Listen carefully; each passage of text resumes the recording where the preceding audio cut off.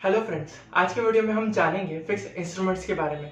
Fix instruments के different types जैसे कि government and corporate bonds, bank FDs, date funds etcetera और इन सभी के फीचर्स। और ये भी जानेंगे कि आप सबसे सेफर रिटर्न्स और हाईएस्ट रिटर्न्स कहाँ से पा सकते हो। तो ये सब जानने के लिए वीडियो के एंड तक जरूर बने रहिए और हमारे इस चैनल को सब्सक्राइब जरूर कीजिए। माय नेम इज पूर्वेश सोडिया और फिनोदा के जरिए हम ये चाहते हैं कि आप अपना जल्द से जल्द फाइनेंशियल फ्रीडम हासिल कर पाए और शिफ्ट हो पाए freely from your career of compulsion to a career of passion.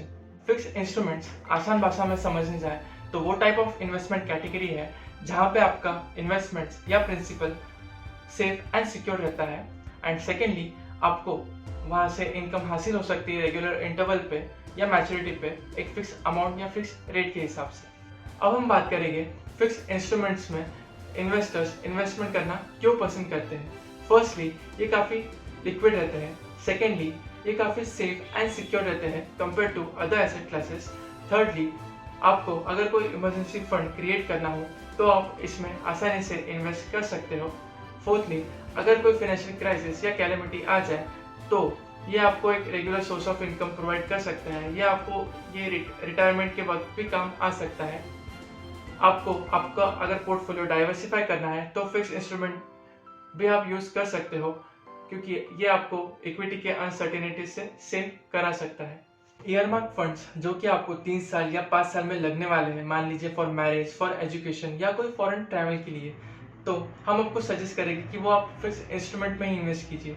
क्योंकि अगर आप वो अलग एसेट क्लासेस में करोगे, मान लीजिए आपने इक्विटी में इन्वेस्टमेंट कर लिया वो फंड को, तो जब आपको वो फंड लगने वाला रहेगा आप बोल नहीं सकते हो वो टाइम पे वो इन्वेस्टमेंट अमाउंट की क्या वैल्यू रह सकती है, वो कम भी हो सकती है या ज़्यादा भी हो सकती है। अब हम शॉर्टलिस्ट करेंगे कि आपको कहाँ पे इन्वेस्टमेंट करना कितना प्रॉफिटेबल साबित हो सकता है। आप इस वर्किंग से कंपेयर कर सकते हो कि किस टाइप ऑफ फिक्स इंस्ट्रूमेंट में इन्वेस्ट करके आपको बेस्ट रिटर्न हासिल हो सकते हैं। ये वर्किंग में return from top ascending format में है, मतलब कि सुकन्या समृद्धि योजना जिसमें आपको 7.6% के रेट से रिटर्न्स मिलते हैं। फिर आता है पीपीएफ अकाउंट जिसमें एग्जिस्टिंग रेट है 7.1% पर एनम के हिसाब से और बाकी के रिटर्न्स जो कि इनसे लोअर है आप इस टेबल से स्टडी कर सकते हो। ये वर्किंग आप डिस्क्रिप्शन लिंक से भी डाउनलोड कर सकते हो। ये तो हो गई ग्रॉस रिटर्न की बात। अब हम जानेंगे कि गवर्नमेंट को टैक्स पे करने के बाद आपके हाथों में जो नेट रिटर्न बचता है वो कितना आता है। इनकम टैक्स के न्यू और ओल्ड स्कीम में जो कॉमन टैक्स रेट्स है वो है 0, 5, 10, 15, 20, 25 और 30%। और इन्हीं रेट्स को आपके इनकम टैक्स स्लैब के अकॉर्डिंग उसे यूज़ करके आप अपना after tax returns easily calculate कर सकते हो। एग्जाम्पल के तौर पे आइए जानते हैं जिनकी इनकम 20% के हिसाब से टैक्सेबल होती है उनको नेट रिटर्न्स कितने हासिल होते हैं। सुकन्या समृद्धि योजना एंड पीपीएफ के रिटर्न्स भी टोटली टैक्स फ्री होते हैं जो कि आफ्टर टैक्स भी आपको 7.6% एंड 7.1% के रेट से रिस्पेक्टिवली मिलेंगे। और आप देख सकते हो जो बाकी के फिक्स इंस्ट्रूमेंट्स हैं उनमें after tax returns respective of some conditions कितने रिड्यूस हो जाते हैं, जैसे कि पोस्ट ऑफिस एफडी में 5.36%, बैंक एफडी में 4.8%, लिक्विड फंड्स में 2.8% जो कि इन्फ्लेशन को भी बीट नहीं कर सकते। बॉन्ड में आफ्टर टैक्स रेट हमने सेम एज्यूम किया है क्योंकि आप अगर बॉन्ड्स को लॉन्ग टर्म में सेल करते हो आफ्टर टेकिंग इंडेक्सेशन बेनिफिट आपको टैक्स नहीं लगेगा। अब हम डिस्कस करेंगे अलग अलग फिक्स इंस्ट्रूमेंट्स के बारे में, लेकिन उससे पहले ये जान लीजिए भले ही कोई फिक्स इंस्ट्रूमेंट आपको सबसे बेहतर रिटर्न देता हो बट उसका मतलब ये नहीं हुआ कि आपके लिए वो बेस्ट ऑप्शन अवेलेबल है, क्योंकि हर एक फिक्स इंस्ट्रूमेंट का एक अलग रोल है, अलग क्राइटेरिया है on the basis of your personal profile. Personal profile क्या होती है कि अलग अलग फिक्स इंस्ट्रूमेंट अलग अलग कैटेगरीज के होते हैं जो कि किसी में time horizon important role play करता है। मान लीजिए जिसकी लिमिट हो इन्वेस्टमेंट की 5 साल 15 साल, जो कि आपका इन्वेस्टमेंट लॉक इन हो जाता है वो पीरियड के लिए। सेकेंडली टैक्स रेट भी इंपॉर्टेंट रोल प्ले करते हैं कि आप कौन से टैक्स ब्रैकेट में हो, उस हिसाब से आप इन्वेस्टमेंट वो चूज कर सकते हो या आपको वो इन्वेस्टमेंट पर टैक्स डिडक्शन मिलता है या नहीं मिलता है, ये भी एक इम्पॉर्टेंट मैटर प्ले करता है। बाद में आ गया कि आपका एज क्राइटेरिया। कोई इन्वेस्टमेंट्स ऐसी होती है कि आप एक स्पेसिफिक एज के बाद या एज के पहले ही कर सकते हो। और लास्टली हो गया अमाउंट क्राइटेरिया कि किस किस में अमाउंट एक फिक्स अमाउंट तक ही आप इन्वेस्टमेंट कर सकते हो या किस किस में आपको कोई लिमिट नहीं है। तो बेसिकली हम ये कहना चाहते हैं कि हम तो डिस्कस सभी इन्वेस्टमेंट ऑप्शन के बारे में बात करेंगे जो कि बेस्ट है, आपके लिए वो बेस्ट साबित होंगे। बट ये फाइनली आपको ही चूज करना है कि आपको इन्वेस्ट कहाँ करना है depending on your personal profile. अब हम बात करेंगे पीपीएफ के बारे में, मतलब कि पब्लिक प्रोविडेंट फंड। ये हमारे हिसाब से सबसे बेहतरीन स्कीम है फिक्स इंस्ट्रूमेंट कैटेगरी में, जिसमें कि आपने सभी ने इन्वेस्ट करना चाहिए। पीपीएफ जो इंटरेस्ट रेट प्रोवाइड करता है वो है 7.1% पर एनम के हिसाब से, जो कि टोटली टैक्स फ्री है। अगर आप 30% टैक्स स्लैब में फॉल करते हो तो आपको जो प्री टैक्स लेवल पे जो इंटरेस्ट हासिल होता है वो है 10.1%, जो कि बहुत ही बेहतरीन रिटर्न साबित हो सकता है। पीपीएफ में सिर्फ इंडियन रेसिडेंट ही अपना अकाउंट ओपन कर सकते हैं, और अगर आप इसको टैक्सेशन एंगल से देखने जाओ तो ये ई कैटेगरी में फॉल करता है। मतलब कि जब भी आप इसमें इन्वेस्टमेंट करते हो तो आपको 1.5 लाख तक का डिडक्शन हासिल होता है। जब भी आपको इस पे इंटरेस्ट प्राप्त होता है वो भी टोटली टैक्स फ्री है, और मैच्योरिटी पे जो आपको इस पे अमाउंट मिलती है वो भी टोटली टैक्स फ्री है। पीपीएफ का जो टर्म होता है वो है 15 ईयर्स का, जिससे कि आप एक्सटेंड भी करा सकते हो 5 ईयर्स के रोल ओवर बेसिस पे। पीपीएफ के अकाउंट पे आप पार्शियल विड्रॉ भी करा सकते हो और उस पर लोन भी उठा सकते हो according to the rules of the scheme.